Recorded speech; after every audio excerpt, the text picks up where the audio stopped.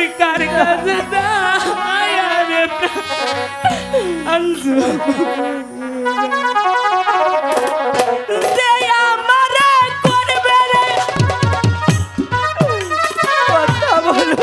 একটি বার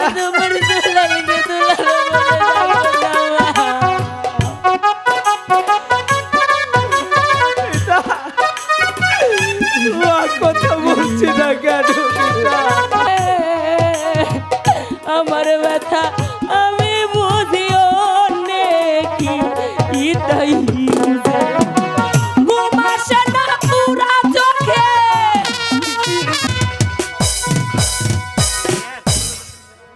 পিতা স্বর্গ পিতা ধর্ম পিতা হি পরমন্তব পিতরি প্রীতিমা পুণ্যে পিয়ন্তে সর্বদেবতা অগো পিতা আপনি এই বিজয়নগরের সিংহাসন আমার হাতে অর্পণ করবে। আপনি পরলোক গমন করেছেন, আপনি স্বর্গ থেকে আশীর্বাদ করবেন পিতা আমি যেন পারিবে আপনার দেওয়া এই সিংহাসনের মান মর্যাদা রক্ষা করতে হবে। আমি যেন পারিবে এই ধর্মপুরের প্রত্যেকটা প্রজার মুখে সর্বদা হাসি ফুটিয়ে রাখতে। ভাই হাই মন্ত্রী জং বাহাদুর জয় হোক, মহারাজের জয় হোক। মন্ত্রী জং বাহাদুর বলুন মহারাজ, বলতে পারেন কতটুকু সুখে শান্তিতে কাল অতিবাহিত করছে আমার এই ধর্মপুরের প্রজা সাধারণ? মহারাজ আমি আপনার হুকুমে ধর্মরাজ্যের আনাচে কানাচে ঘুরিয়ে বেরিয়ে দেখেছি। যেখানে খাদ্যের প্রয়োজন আমি সেখানে খাদ্য দিয়েছি, যেখানে বস্ত্রের প্রয়োজন আমি সেখানে বস্ত্র দিয়েছি। প্রজাগণ খুব সুখ শান্তিতে বসবাস করছে আর আপনার জয় কীর্তন গাচ্ছে মহারাজ। মন্ত্রী জং বাহাদুর বলুন না, আপনার মতো বিচক্ষণ মন্ত্রী আমার পাশে আছে বলেই এই বিশাল ধর্মপুর রাজ্য আমি পরিচালনা করতে সক্ষম হয়েছি। আমি এই ধর্মপুরের প্রজাদেরকে আমার প্রাণের চেয়ে বেশি ভালোবাসি।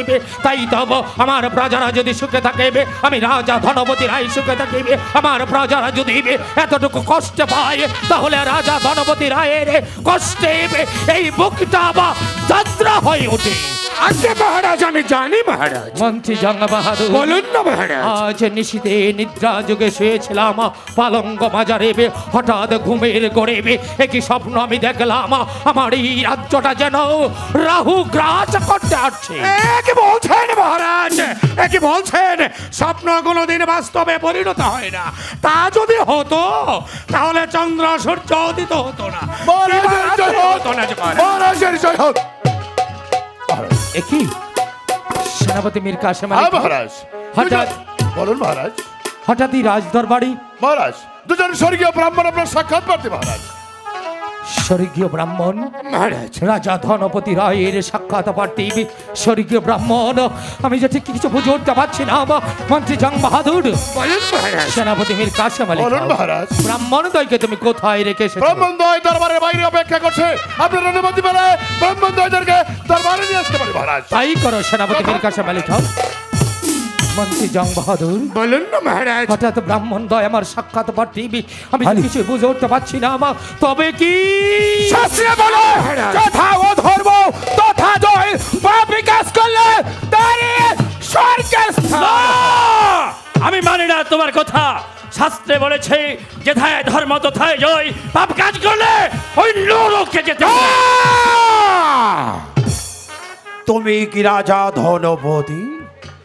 হ্যাঁ আমি রাজ্যময় লোকমুখে যা শুনেছি তুমি রাখি দয়াবান, তোমার কাছে যে সিক্ত বাহিনী হস্তবাদ চায় তুমি তাকে খালি হাতে ফিরাও না। চেষ্টা করি দেবগণ, আমি চেষ্টা করি। শোনো রাজা ধনপতি, আমরা লোকমুখে তোমার সুখ্যাতিক শুনে আমরা উত্তর শ্বাসে ছুটে চুকি তোমার এই শাহী মহলে। কিন্তু কেন? হ্যাঁ তোমাকে বলতে হবে এই পৃথিবীতে আমি অধর্মতে পড়ো না পৃথিবীতে ওই ধর্মতে পড়ো। তাই তোমাকে বিচার করে দিতে হবে। এই পৃথিবীর মধ্যে শাস্ত্রে বলেছে যেথায় ধর্ম তথায় জয়, পাপ কাজ করলে নরকে যেতে হয়। তাই তুমি বলো কে ধর্মতে পড়ো না অধর্মতে পড়ো? ওগো দেববংশী, আপনার হলেন দেববংশী আর আমি হলাম ক্ষুদ্র মানব। মানব হয়ে আমি আপনাদের কি বিচার করব ভেবে স্থির করতে পারছি না। মন্ত্রী জং বাহাদুর, বলেন মহারাজ। সেনাপতি মীর কাসেম আলী বলুন খান, মহারাজ। এবার আপনারাই বলুন ব্রাহ্মণদ্বয়ের আমি কি বিচার করতে পারি? মহারাজ, আপনি দেবতাগণের কাছ থেকে দুদিনের সময় চেয়ে নিন মহারাজ। এই দুদিনের মধ্যে বুদ্ধি বিবেচনা করে বোঝা যাবে এই বিশ্বমণ্ডলের মধ্যে ধর্মদেব বরফ নাকি অধর্মদেব।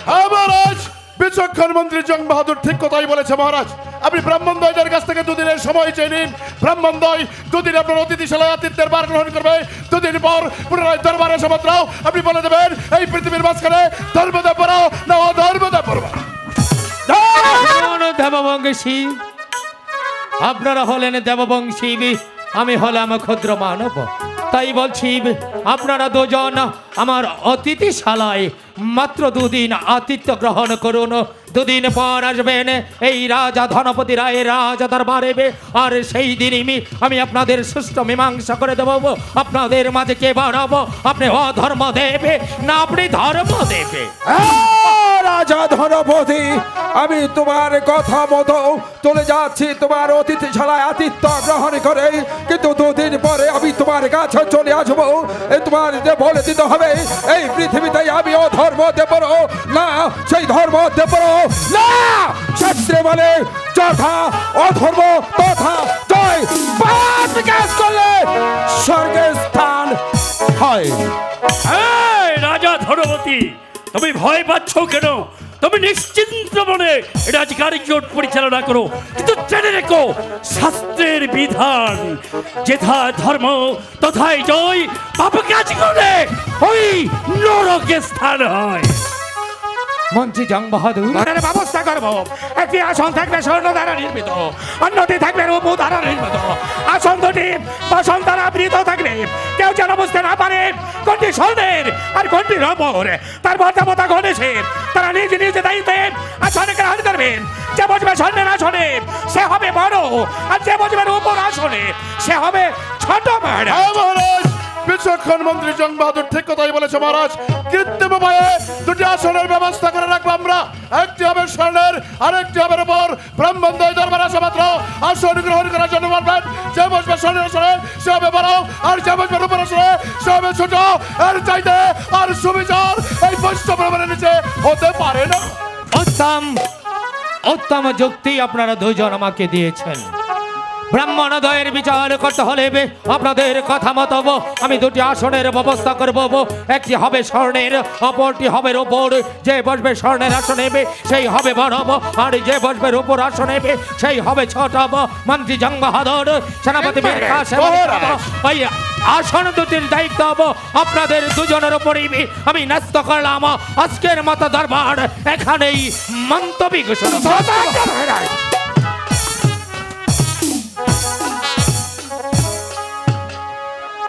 মন্ত্রী জং বাহাদুর, বলেন মহারাজ। সেনাপতি মীর কাসেম আলী খান, বলুন মহারাজ। আসন দুটির ব্যবস্থা কি হয়েছে? হ্যাঁ মহারাজ, আমরা আপনার আদেশ মোতাবেক দরবারের যথাযথ আসনের ব্যবস্থা করে রেখেছি মহারাজ। কিন্তু ব্রাহ্মণদ্বয় যে এখন পর্যন্ত দরবারে আছে, শাস্ত্রে বলে যথা অধর্ম তথা জয়, পাপ বিকাশ করলে তাই স্বর্গের স্থান। আমি মানি না তোমার সত্য। যেথায় ধর্ম তথায় জয়, পাপ কাজ করলে ওই নরকে যেতে হয়। রাজা ধনপতি, তুমি আমাদেরকে বলেছিলে আমাদের কাছ থেকে দুদিনের সময় চেয়ে নিয়েছিলে। এই দুদিন তোমার অতিথিশালা আতিথ্য গ্রহণ করেছি, এবার এসেছি তুমি আমাদের সূক্ষ্ম বিচার করে। রাজা ধনপতি, তোমাদের কথা মতো আজ আমরা দুদিন তোমার অতিথিশালায় আমরা আতিথ্য গ্রহণ করেছি। আজ এসেছি, আমি জানি তুমি সূক্ষ্ম বিচারক, তুমি বিচার করে দেবে। ওগো দেববংশী, আমি তো পূর্বেই বলেছি আপনারা হলেন দেববংশী আর আমি ক্ষুদ্র মানব। মানব হয়ে হয়তো আপনাদের বিচারে আমি সন্তুষ্ট করতে পারবো না, তবে চেষ্টা করব আপনাদের দুজনকে সন্তুষ্ট করার জন্য এবং সুস্থ বিচার করার জন্য। এবার আপনারা আপনাদের নিজ নিজ আসন গ্রহণ করুন।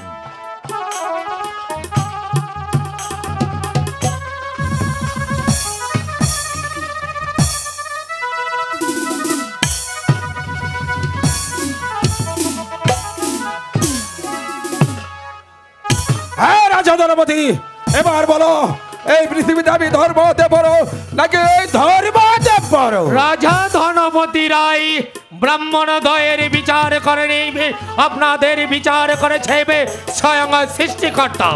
তাই তো আপনারা যার যার আসনের দিকে লক্ষ্য করলেই বুঝতে পারবেন আপনাদের মাঝে কে বাড়াবো, আপনি অধর্ম দেবে না আপনি ধর্ম দেবে।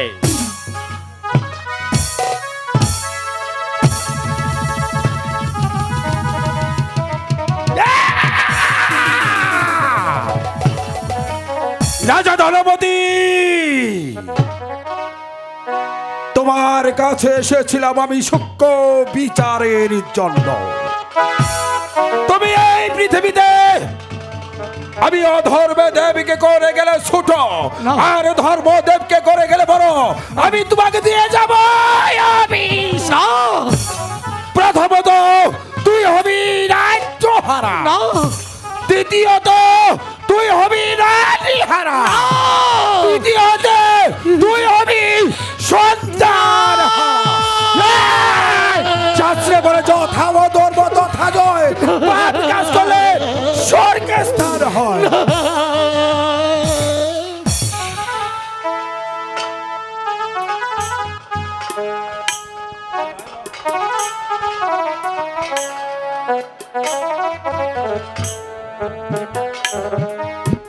রাজা দ্রৌপদী, তুমি ভয় পেয়েছো?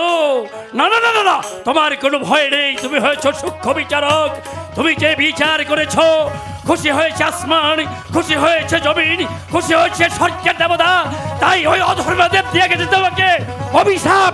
আমি এই ধর্মদেব তোমাকে দিয়ে যাচ্ছি আশীর্বাদ, আশীর্বাদ, আশীর্বাদ। আর শোনো, আমার এই আশীর্বাদ মাথায় নিয়ে তুমি তোমার এই বিশাল রাজ কার্য পরিচালনা করবে। হয়তো তোমাকে অল্প কিছুদিন কষ্ট করতে হবে, আবার আবার দেখবে তোর জয় হবে। আমি আবার এবার তীর্থ পর্যটনের জন্য দীর্ঘ 12 বছরের জন্য যাচ্ছি। সেখান থেকে ফিরে এসে আবার আমি তোমাকে নিয়ে যাব আমার কুলে করে, কুলে করে, কুলে করে, কুলে করে। মন্ত্রী জং বাহাদুর, বলুন মহারাজ। সেনাপতি মীর কাশেম আলী খান, বলুন মহারাজ। তোমাদের সম্মুখেই তোমাদের কথা মতো আমি ধর্ম আর অধর্মের বিচার করেছি, কিন্তু আমার বিচারে অসন্তুষ্ট হইবে। অধর্মদেব আমাকে দিয়ে গেল অভিশাপ, আর ধর্মদেব দিয়ে গেল আমাকে প্রাণডাল আশীর্বাদ। এবার এবার আপনারাই বলুন, আমি কি বিচারে ভুল করেছি? না মহারাজ, ভয় কি মহারাজ? অধর্মদেব আপনাকে দিয়ে গেছে অভিশাপ, আর ওই ধর্মদেব আপনাকে দিয়ে গেছে আশীর্বাদ। আপনি ধর্মদেবকে আশীর্বাদে বুকে আগলে ধরে ওই জ্বলন্ত চিতায় চাপ দিতেও দ্বিধাবোধ করবেন না মহারাজ। হ্যাঁ মহারাজ, বিচক্ষণ মন্ত্রী জং বাহাদুর ঠিক কথাই বলেছে মহারাজ। আপনি কিঞ্চিত পরিমাণ চিন্তিত হবেন না। অধর্মদেব দিয়ে গেছে আপনাকে অভিশাপ, ধর্মদেব দিয়ে গেছে শত সহস্রবার আশীর্বাদ। ধর্মদেবের আশীর্বাদ মাথায় নিয়ে ধর্মপুরের রাজ্যটা পরিচালনা করুন। দেখবেন অধর্মদেবের অভিশাপে আপনি নরকে চলে গেলেও ধর্মদেব আপনাকে নরক থেকে উঠিয়ে নিয়ে এসে ধর্মপুরে প্রতিষ্ঠিত করবে মহারাজ। মন্ত্রী জং বাহাদুর, আজ্ঞে মহারাজ। সেনাপতি মীর কাশেম আলী বলুন খান, মহারাজ। তোমাদের কথার ধর্মদেবের আশীর্বাদ আমার পাশে, আমার এই বুকের মাঝে আছে। আর তোমাদের কথাই রাজা ধনপতি রায় আমার দ্বিগুণ শক্তি ফিরিয়ে পেয়েছে। তাই তো ধর্মদেবের আশীর্বাদ বুকে নেবে আমি এই বিশাল ধর্মপুর রাজ্যটা পরিচালনা করে যাব। আমি জানিবি আমি বিচারে ভুল করে নিবি, কেননা এই পৃথিবীতে ধর্ম হচ্ছে সবচেয়ে বড়, ধর্মের চেয়ে বড় আর কিছু নেই। তাই তব ধর্মদেব আমাকে অভিশাপ দিলে, ধর্মদেব দিয়ে গেছে আমাকে প্রাণডাল আশীর্বাদ। ধর্মদেবের আশীর্বাদ এ বুকের মাঝে আগলিয়ে রেখে জ্বলন্ত চিতায় প্রবেশ করত রাজা ধনপতি রায় কুণ্ঠিত হবে না।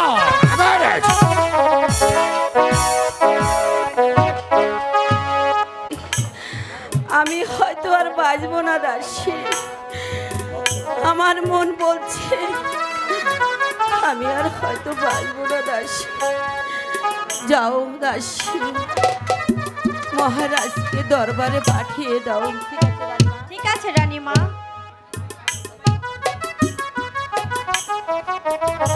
কমিটি লোক একটা লোক সাজ করে আসেন।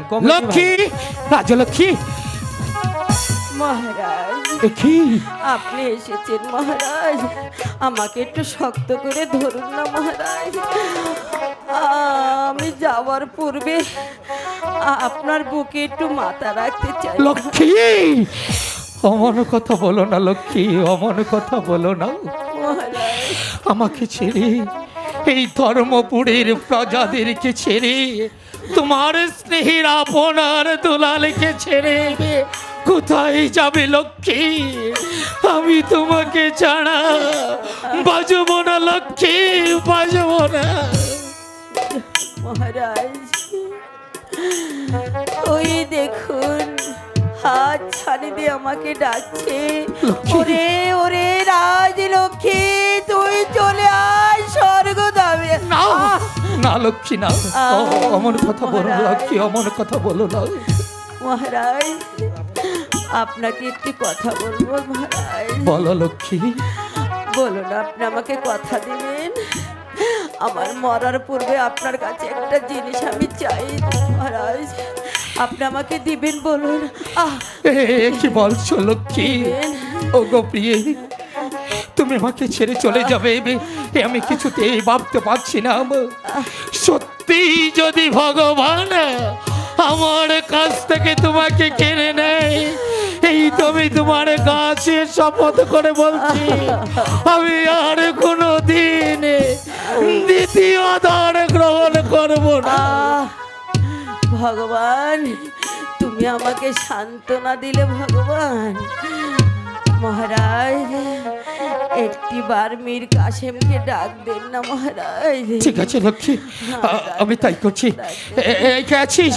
সেনাপতি মীর কাসেম। হযরত রাজ দরবারে সেনাপতি মীর কাসেমের তরফ কেন কি প্রয়োজন?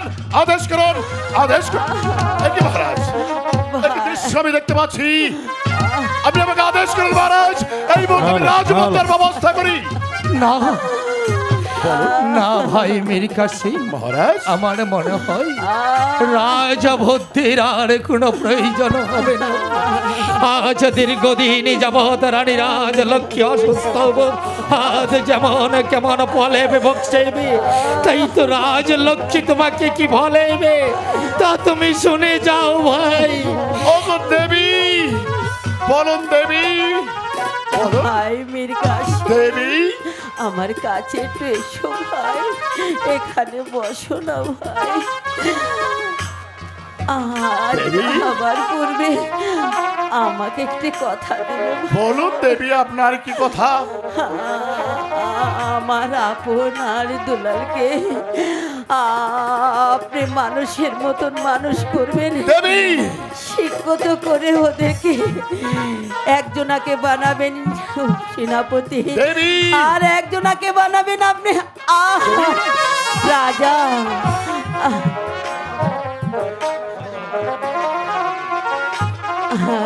লক্ষ্মী দেবী, কেন পারবো না দেবী? অগো দেবী, সেদিন রাস্তার ধারে পরে আমি মুসলিম যুবক ঢুকরে ঢুকরে কাঁদছিলাম। এই পৃথিবীতে আমার আপন জন বলতে কেউ ছিল না। মহারাজ আমাকে রাস্তা থেকে কুড়িয়ে এনেছিল, আপনি মাতৃত্বের স্নেহ দিয়ে মায়ের অভাব ভুলিয়ে দিয়ে আপনার দেওয়া নুন রুটি খেয়ে আমাকে ধর্মপুরের প্রধান সেনাপতি বানিয়েছেন। অগো দেবী, আমি মুসলিম, আমার জীবনের শেষ বিন্দু রক্ত দিয়ে হলেও আপনার দেওয়া কথা আমি রক্ষা করব, আমি রক্ষা করব। আরেকটি কথা ভাই, বলুন। আমার মৃত্যুর পর আপনি কথা দাও ভাই, বলুন দেবী। মহারাজ যেন আমাকে ছেড়ে ভুলে আর দ্বিতীয় দান যেন না করে। না দেবী না, আমি আপনাকে তাও কথা দিচ্ছি, আমি মুসলিম যতদিন পর্যন্ত এই ধর্মপুরের প্রধান সেনাপতির দায়িত্বভার আমার কাছে থাকবে, আমি আপনাকে কথা দিচ্ছি, আমি আপনাকে ওয়াদা দিচ্ছি, মহারাজ কোনোদিন আর দ্বিতীয় দান গ্রহণ করতে পারবে না দেবী। ভাই মীর কাসেম, দেবী, আমার আপন দুলালকে একটু আমার কাছে এনে দেবে ভাই। আমি এখনই আসছি। এই কে আছিস? আপন দুলাল এখনই চলে আসবে লক্ষ্মী, মহারাজ। তোমার আপন দুলাল তোমার কাছে চলে আসবে। আমি- তুমি একটু শান্ত হও লক্ষ্মী, তোমার কিচ্ছু হবে না, কিচ্ছু হবে না লক্ষ্মী। এই তো তোদের মা তোদেরকে ডেকেছে। পিতা। আপন দুলাল মা, আয় না বাবা আমার কাছে। মা, আমি আমি কি হয়েছে মা? মাগো, মা তোমার কি হয়েছে? আর ভাই মীর কাসেম, ভাই মীর কাসেম, দেবী দেবী একটু আমার আপন আর দুলালকে আমি তোমার হাতে দেবী! দিলাম ভাই। দেবী তুমি ওদেরকে দেখে রেখো ভাই। হ্যাঁ দেবী, আমি তো দেখেই রাখবো। যেমনি ভাবে আপনি আপনার আনন্দ দুলালকে আপনার গর্ভে ধারণ করে লালিত পালিত করেছেন, আমার হাতে তুলে দিচ্ছেন আপনার দেওয়া আমানত আমার হাতে আমি তুলে নিলাম। আপনি আমার জন্য আশীর্বাদ করবেন, আমি যেন পারি আপনার আপনার আনন্দ দুলালকে রক্ষা করতে। কাকামণি, খুশি হলাম ভাই।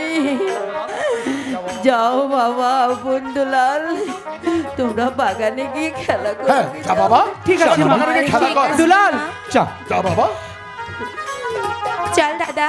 যা বাবা। যা বাবা। ঠিক আছে চল দুলাল, আমরা গিয়ে ফুল বাগানে খেলা করছি। ঠিক আছে।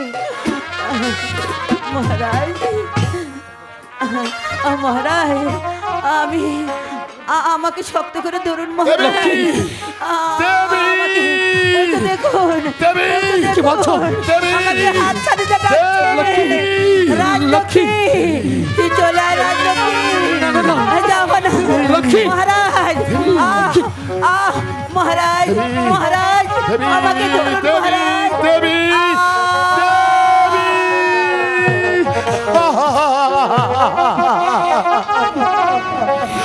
দেবী! রাজলক্ষ্মী গে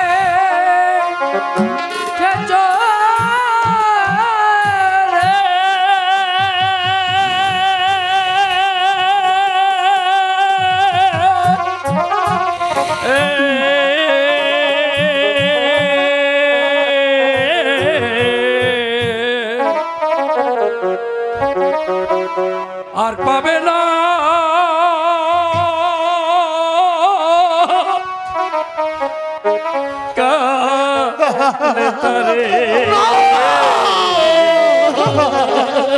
রাজলক্ষ্মী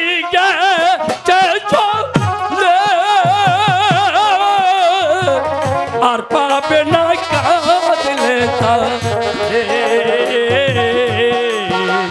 রাজলক্ষ্মী গেছে চলে।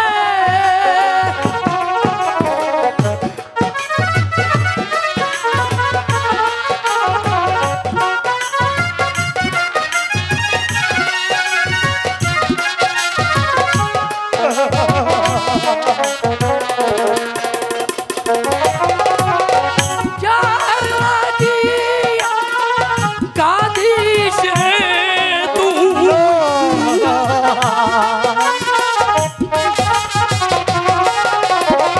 যার লাগি কাঁদিস রে তুই, তাহারে আর পাবে না রে, তারে আর পাবে না রে, আর পাবে না কাঁদলে তারে। রাজলক্ষ্মী গেছে চলে।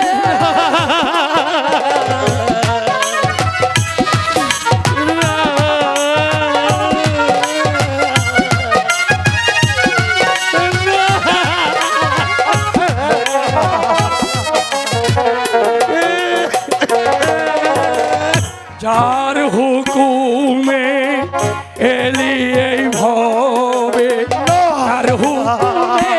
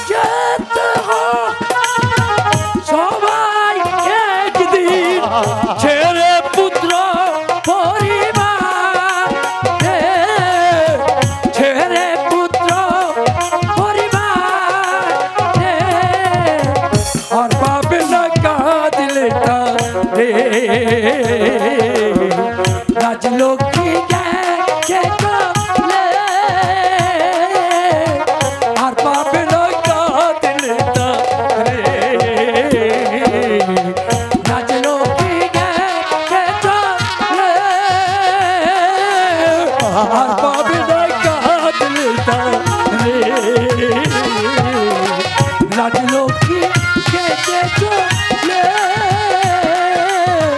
আর পাবে না কাঁদলে তারে আর পাবে না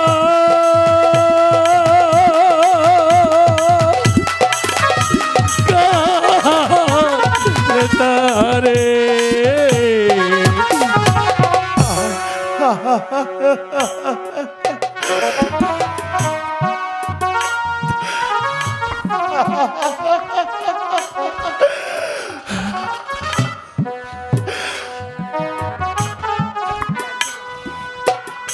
লক্ষ্মী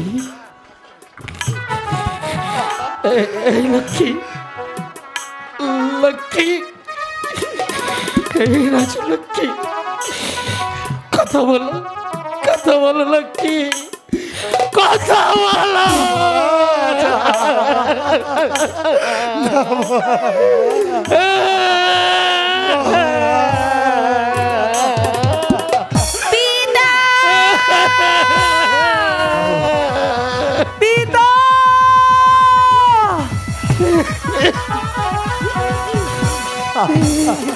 একে পিতা পিতা আপনি কাঁদছেন মা এভাবে শুয়ে আছে বলুন না পিতা আমাদের মায়ের কি হয়েছে হ্যাঁ পিতা কি হয়েছে মায়ের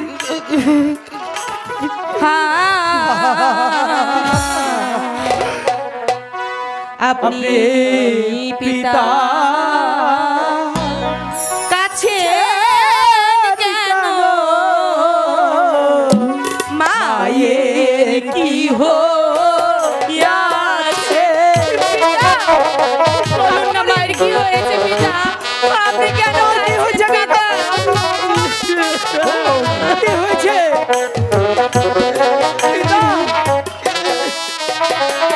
হাই গো মোদের মায়ে কি হয়েছে পিতা বলে দেন মোদের গো বলে দেন মোদের ওরে আপন ওরে দুলাল তোদের মা বলুন এই পৃথিবী ছেড়ে চলে গেছে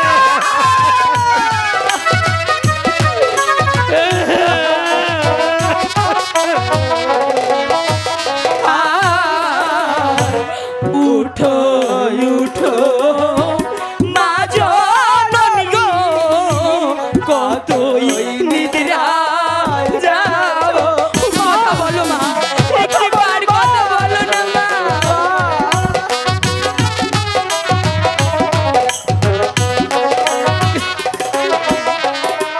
হাই গো তোমার কোন দুলাল কান্দে দুলা দেলুটাইয়া গো মা গো দুলা দেলুটাইয়া কাঁদে তো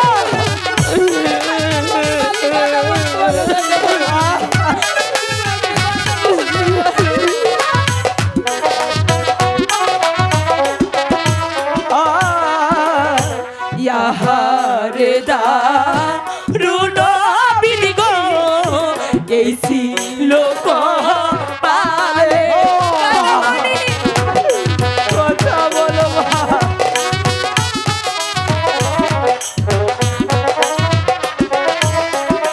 হাই গো শিশুকালে কেন বিধি মারা করিলে গো মারা করিলে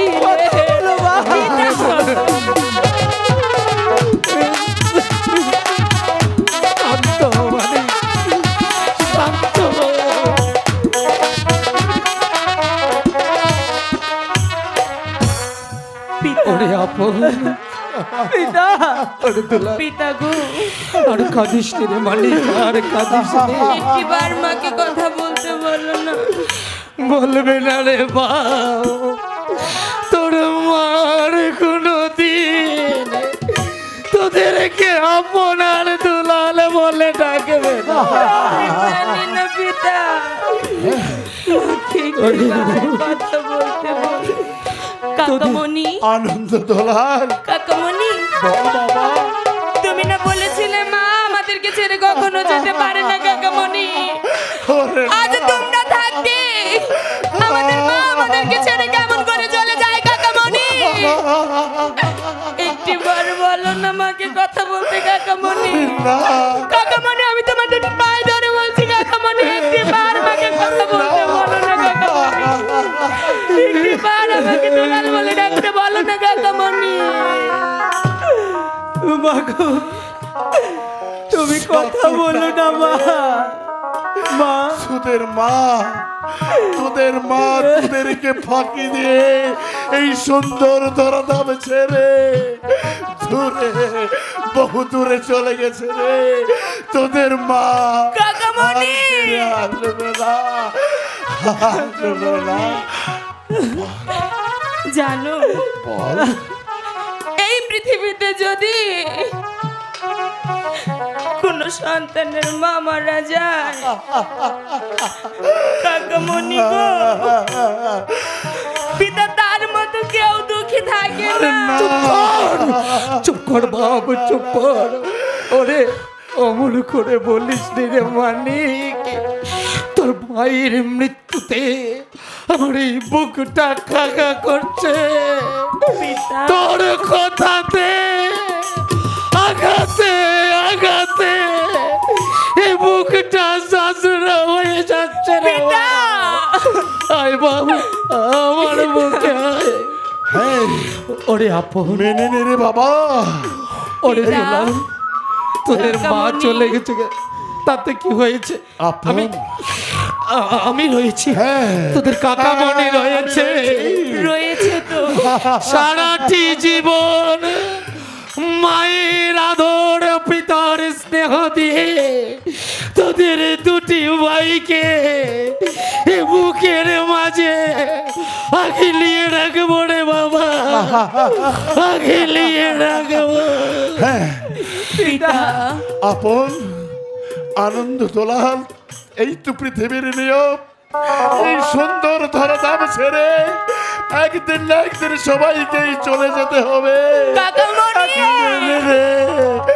আর দুঃখ করিস রে দাদা, বাবা। তুই তো বড় না দাদা। দুলাল, একটিবার মাকে কথা মহারাজ। বলতে বল না দাদা। পিতা, মহারাজ, পিতা, আপনিও যদি ওদের মতো আজ ভেঙে আমাকে বলে দাও কে আমাকে মার মতো করে আদর করবে, কে আমাকে বুকে জড়িয়ে ধরবে।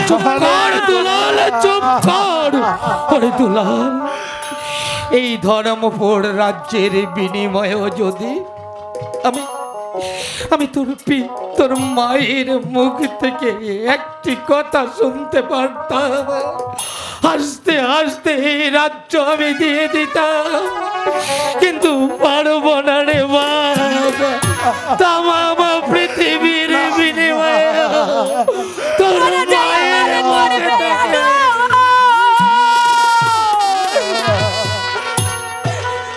আমি তারা যাইয়া কোথায় পাইকা, আমি কার কাছে যাই রে প্রাণ। আমার এমন বান্ধব হবে নাই, আমি কার কাছে যাই রে প্রাণ।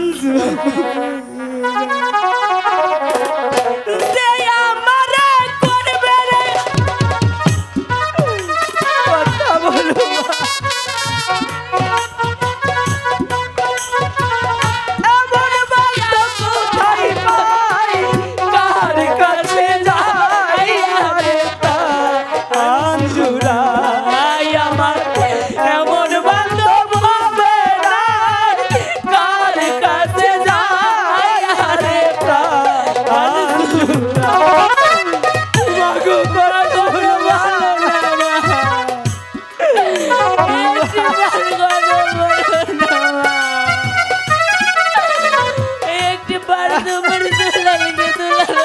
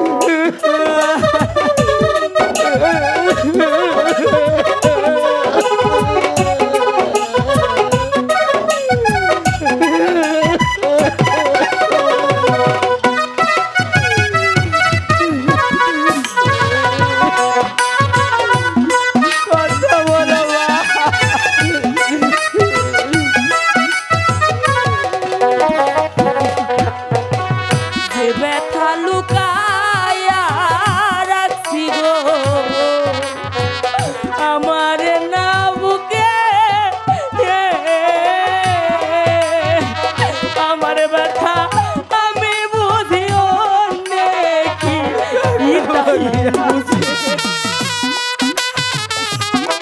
কথা বলছে না কেন কাকামণি?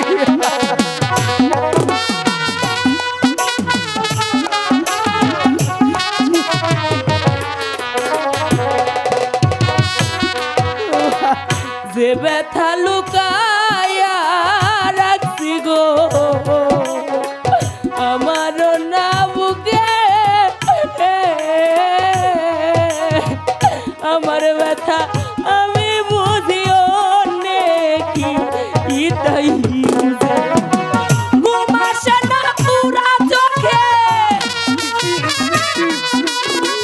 ঘুম আসে না পুরা চোখে কার জন্য নিশি বুহাই কার কাছে যাইয়া রে কানজুরাই আমার এমন বান্ধব হবে নাই কার কাছে যাইয়া রে কানজুরাই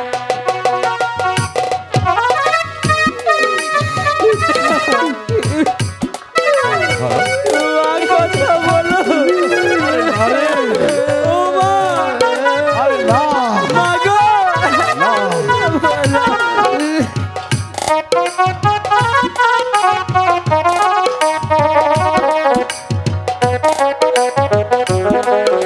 মা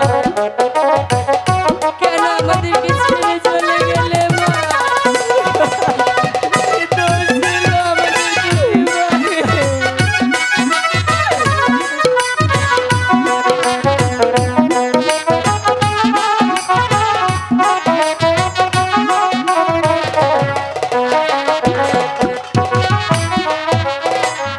আমার ব্যথার অবসান রে হইল না জীবনে কার জন্য এত ব্যথা সইল ওহো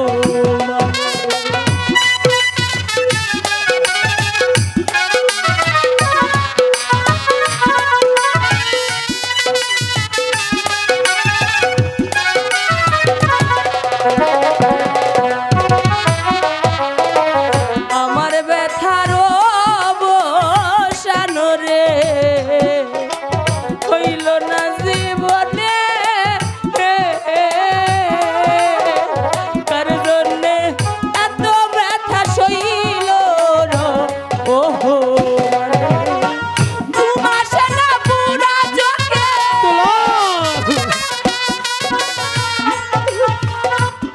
চোখে কার জন্য নিশি পুহাই কার কাছে যাইয়া রে কানজুরাই আমার এমন বান্ধব হবে নাই কার কাছে যাইয়া রে কানজুরাই যে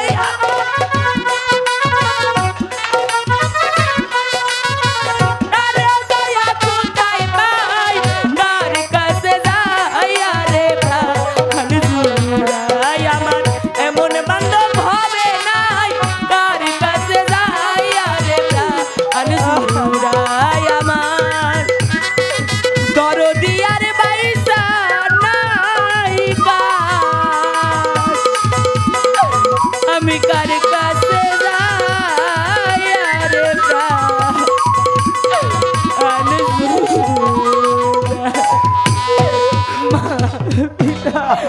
মা কথা বলো না মা আমাকে ডাকো না মা আপনি উঁচুতে আপন দোলালের মতো ভেঙে পড়ুন, তাহলে এই মাতৃহারা দুটি সন্তানকে কে দেবে সান্ত্বনা? আপনি ওদেরকে নিয়ে অন্তপুরে যান, আমি রানী রাজলক্ষ্মীর মৃতদেহটা সৎ কাজের ব্যবস্থা করি। না কাকামণি আমি যাব না পিতা, আমি যাব না। মীর কাসেম, মহারাজ, তুমি মুসলিম, তবু রানী রাজলক্ষ্মী তোমাকে নিজের ভাইয়ের মতো ভালোবাসতো। আমার অনেক হিন্দুরাজ কর্মচারী থাকা সত্ত্বেও আমার এই প্রাণীর যে প্রিয় রাজ লক্ষ্মীর মৃত দেবতা সৎকারের দায়িত্ব আমি তোমার উপর অর্পণ করলাম ভাই। তথাস্তু মহারাজ। আমি আপনার দুলালকে নিয়ে অন্তপুরে চলে যাচ্ছি। তুমি রানী রাজলক্ষ্মীর মৃতদেহ সৎকারের ব্যবস্থা করে হ্যাঁ মহারাজ। তারপর মহলে ফিরে এসো ভাই। যান মহারাজ, আপনি আপনার আনন্দ দুলালকে নিয়ে অন্তপুরে যান। দুলাল, আমি রানী রাজলক্ষ্মীর মৃতদেহ সৎ কাজের ব্যবস্থা করি। ওঠ বাবা ওঠ। যা যা বাবা যা। আমি যাব না আর পিতা। কাঁদিস না রে। ওঠ বাবা। আমি যাব না কাকামণি। ওরে না, কাকামণি পিতাকে ছেড়ে দিতে পারো না কাকামণি। আমি এটাই তো যাব না। বাস্তব, এটাই তো মেনে নিতে হবে। এই তো পৃথিবীর নিয়ম।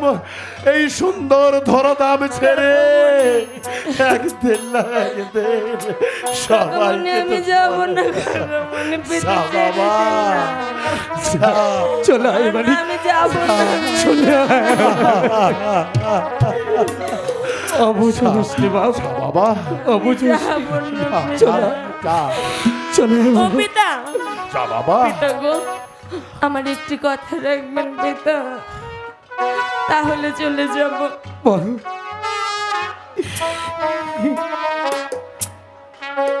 আমাদের মা তো চলে গেছে তাই না, আর কোনোদিন ফিরে আসবে না। আমাদের এতিম করে গিয়েছে তো। মা যখন বললো না আমাদেরকে ফুল বাগানে খেলাধুলা করতে, বিশ্বাস করো পিতা, একটি বারের জন্য যদি জানতাম মা আমাদেরকে ছেড়ে চলে যাবে, আমরা যেতাম না। পিতা, আর তো কোনোদিন মাকে ফিরে পাবো না, তাই আমরা দুটি ভাই মায়ের জন্য শেষবারের মতো এই ঠাকুরের কাছে প্রার্থনা করতে চাই আমাদের মা যাতে ওই পারে খুব ভালো থাকে। একটু সময় দেবে পিতা। ওরে দুলাল, এভাবে খেতে খেতে চোখের জলে বুক বসালেও তো তোর মা ফিরে আসবে না। আর আর কোনোদিন ফিরে আসবে না রে। তোদের মা তোদেরকে ছেড়ে দূরে বহু দূরে চলে গেছে। সামানি চল। আমি যাব না পিতা। কেন কেন যাবি না? কেন যাবো না? ওরে মা, দাদা, তুই পিতাকে আর কাঁদিস রে মা, আর কাঁদিস রে। দাদা, তুই পিতাকে বল না আমি যাব চলে না। আয়, চলে আয়, চলে আয় বাবা, যাব না। চলে আয়, চলে আয়।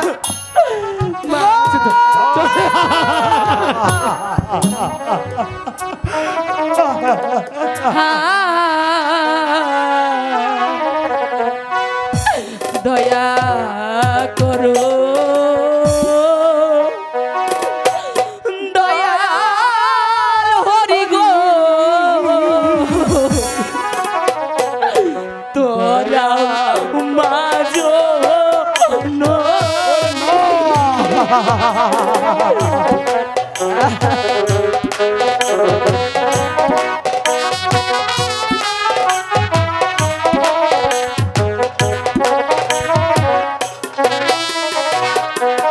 হাই গো স্বর্গ বাসী, করো মাকে করি এই মিনতি গো, করি এই মিনতি।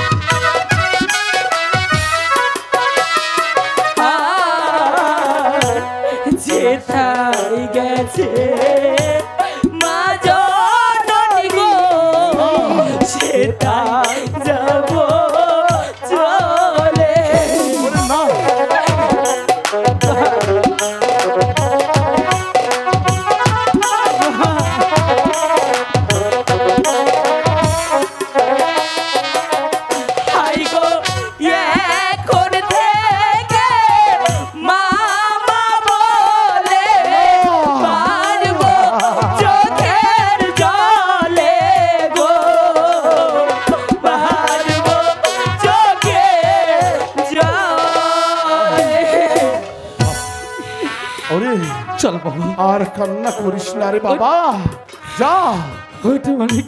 যা বাবা, যা, যা।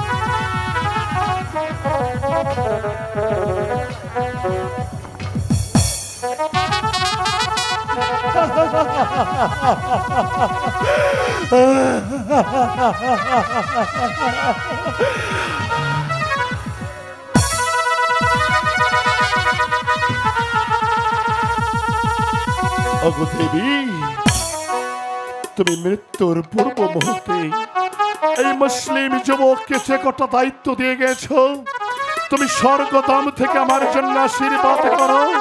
আমি মুসলিম যুবক যেন পারি আমার জীবনের শেষ বিন্দু রক্ত দিয়ে হলেও তোমার দেওয়া প্রত্যেকটা কথা রক্ষা করতে পারি, রক্ষা করতে পারি।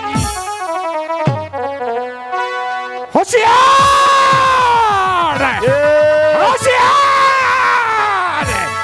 সেনাপতি মীর কাসেম, মন্ত্রী জং বাহাদুর, তুমি মহারানীর পবিত্র দেহ স্পর্শ করো কেন? কারণ তুমি বিধর্মী মুসলমান। মুসলমান? তবে জাতি দেবী রানী রাজলক্ষ্মীর দেহ স্পর্শ করো, দেবী রানী রাজলক্ষ্মীর দেহ অপবিত্র হয়ে যাবে, সে কোনোদিন স্বর্গে যেতে পারবে না।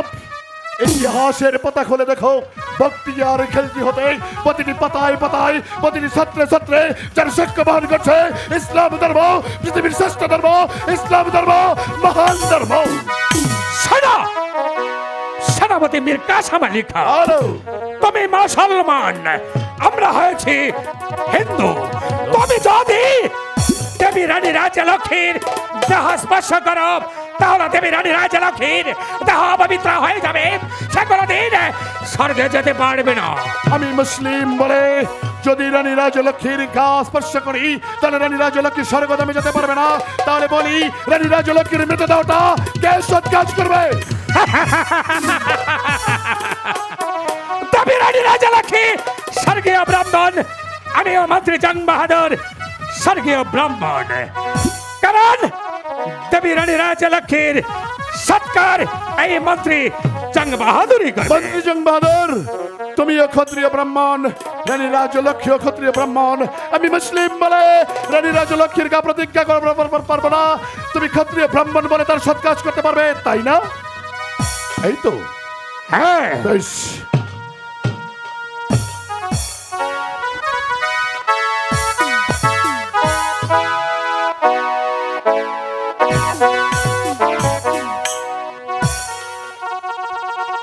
চলেই যাচ্ছি মন্ত্রী জং বাহাদুর। আচ্ছা, তার পূর্বে আপনাকে দুটি কথা বলে যাচ্ছি, কান পেতে শুনে রাখুন। বলা যাও। রানী রাজলক্ষ্মীর মৃতদেহটা ভালোই ভালোই সৎকাজ হয় তবে ভালো, আর যদি কোনো ছলনা হয় তাহলে মনে রাখবেন, খাওয়াদার কাসাম, ক্ষমা করে দিতে পারে পায়ের নিচের মাটি, ক্ষমা করে দিতে পারে উপরের আকাশ, ক্ষমা করে দিতে পারে তোমার আরাধ্য 33 কোটি দেবতা। মুসলিম যুবক মীর কাসেমের হাত থেকে কেউ তোমাকে রক্ষা করতে পারবে না। অতএব তৈয়ার থেকো, তৈয়ার থেকো, তৈয়ার।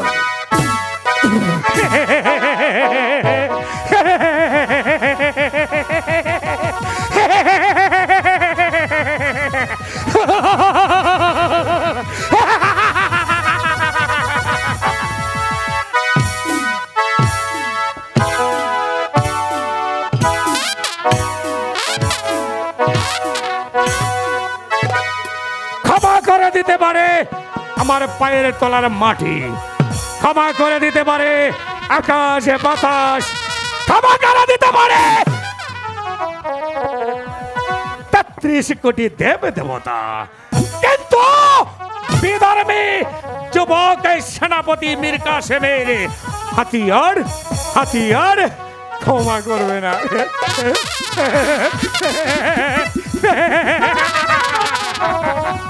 আমি মন্ত্রী জঙ্গ বাহাদুর, আমি ইচ্ছে করলে যে কোনো মানুষকে হাসাতেও পারি, আমার কান্নার সাগরে ডোবাতেও পারি। আমি কি করবো?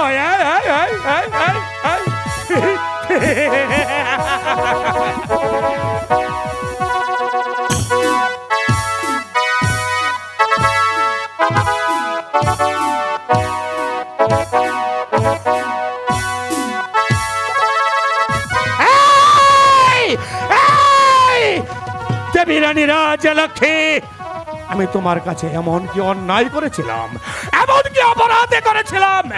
আমি তোমার স্বজাতি থাকা সত্ত্বেও তুমি তোমার দুটি সন্তান আপনার দোলালেকে সঁপে দিয়ে গেছো একটা মুসলমানের হাতে।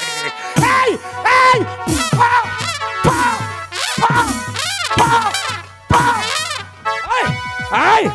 আমি কি পারতাম না? আমি কি পারতাম না তোমার দুটি সন্তান হতে একটি সন্তান আমার সন্তান হিসেবে মানুষ করতে আমার ইচ্ছে করছে,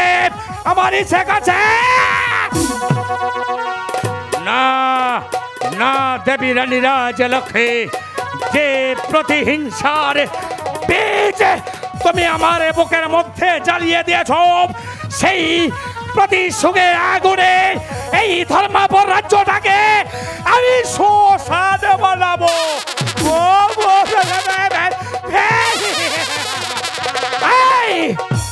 দেবী রানী রাজলক্ষ্মী, তুমি কি মনে করেছ তোমার দেহটাকে আমি সৎকার করব?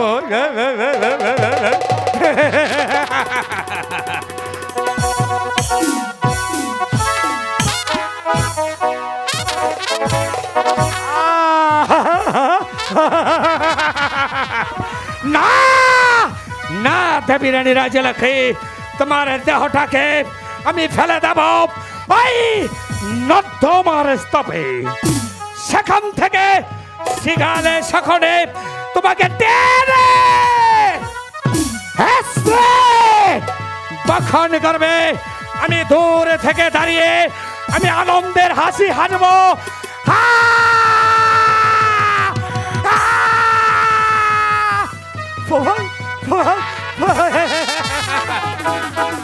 দেবী রাজলক্ষ্মী, তুমি মহারাজকে প্রতিজ্ঞা করিয়েছ সে যেন আর কোনদিন দ্বিতীয় দ্বার গ্রহণ করে না।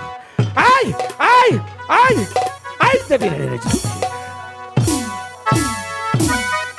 প্রথম কাজে হবে রাজা ধনপতি রায়কে দ্বিতীয় দ্বার গ্রহণ করানো। তারপর গড়ে চলে আসবে সত্যমা।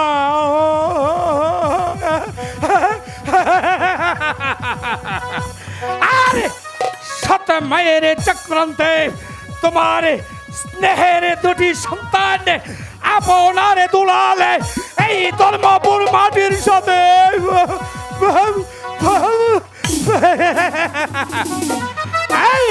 রাজলক্ষ্মী, তুমি তোমার স্বামী ও সন্তানের করুণার্থনাদ শুনে তুমি স্বর্গে বসে বসে কাঁদবে। আমি মন্ত্রী জঙ্গ বাহাদুর হাসব, তোমার কান্না আমার হাসি, দুই মিলে সৃষ্টি হবে মহা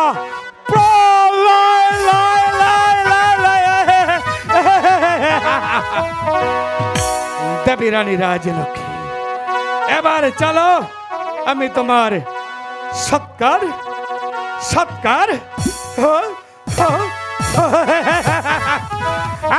কে আছিস ডোমকে পাঠিয়ে দে।